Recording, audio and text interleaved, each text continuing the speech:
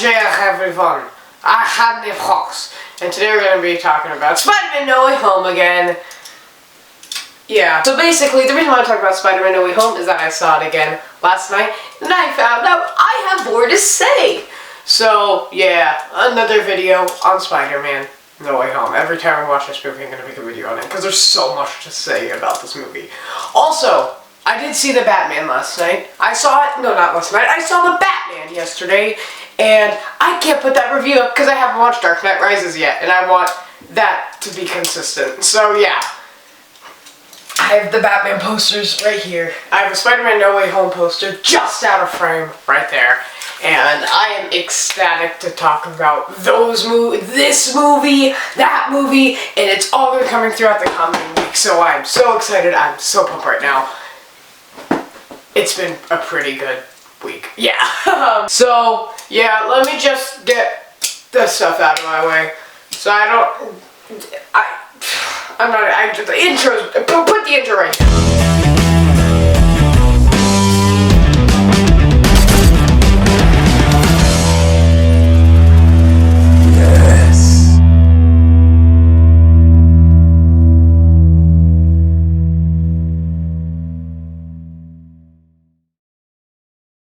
So yeah, you know the drill. Spider-Man is the third film in the Tom Holland Spider-Man MCU Tom Holland Spider-Man trilogy, directed by John Watts. And as if previously on my channel, I have said that I do, in fact, love this film. I still do love this film, and I even made a video calling out my issues with the movie, because it is not a perfect movie. And after rewatching it last night, in not a crowded, packed theater, I've actually gotten less of an opinion. My biggest worry was that they had so many pauses in such, this is going to be no spoilers, by the way. Actually, it's going to be spoilers later. But in some big fan servicey, big reveals, big moments, they added little pauses for applause. And I was afraid of how awkward that was going to be. Yeah. It was kind of awkward. Spider-Man No Way Home is a more in-the-moment thing. Same thing like Infinity War or Endgame, where when you rewatch it at home, still a great movie, still really fun to watch, but it doesn't have the same magic to it. Seeing No Way Home with very minimal audience reaction. There's one guy in my theater that was laughing his ass off, and it was really fun. But yeah, just seeing that, after seeing it after the Batman, I kind of really disliked the saturation. I didn't like the coloring of it.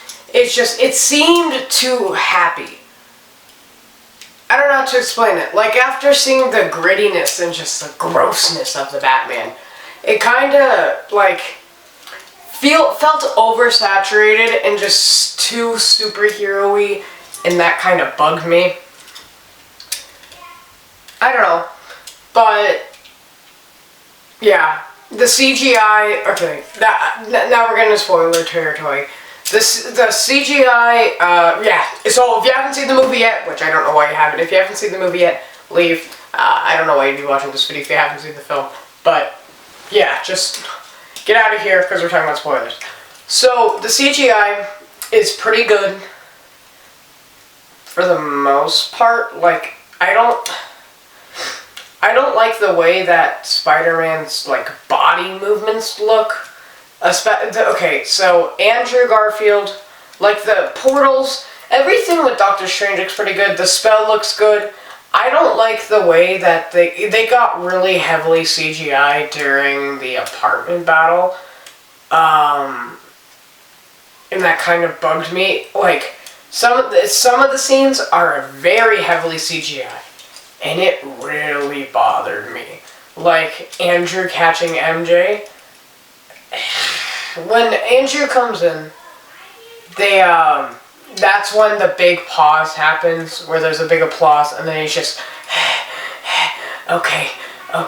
And then that scene, it's just weird things like that. They let some shots hang on too long, which just creates this, like, uncanny valley of, like, sitcom. It's like listening to a sitcom without a laugh track. It doesn't fit well.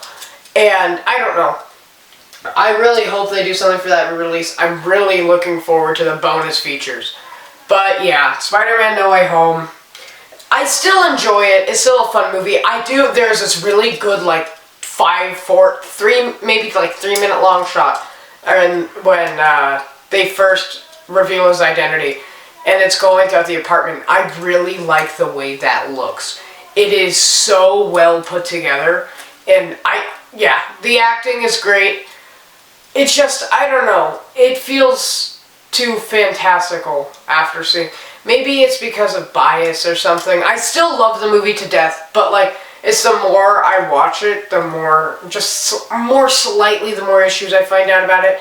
The spell, the depth of the spell, of the consequences doesn't really make sense to me anymore. But it is still a very satisfying film, and the last 40 minutes is absolute Spider-Man gold. So yeah, that's it. If you don't know my rating system, a golden ticket is an 8 out of 10 to a 9 out of 10, and a trophy is a 9. The trophy is a 9.5 out of 10 to a 10 out of 10. I have booted my Spider-Man rating down from a 10 out of 10 to a 9.5 out of 10. But then it was a 9 out of 10 for a little bit. I dropped it down to an 8.5. This movie, it gets a little bit more awkward to watch without that bombastic reaction. So, yeah. That's it. That's Spider-Man No Way Home. You love it or you don't. I love it. It's just, the more I guess, get exposed to with what superhero films can do, it was recency bias. That's what I gotta say. I love Spider-Man. I just binged all of those, so it was kind of a phase, so yeah. But after kind of taking a step out of that phase, I can finally look at it as just another Marvel film that I can pick apart. And yeah, it's an 8.5 out of 10. Golden ticket.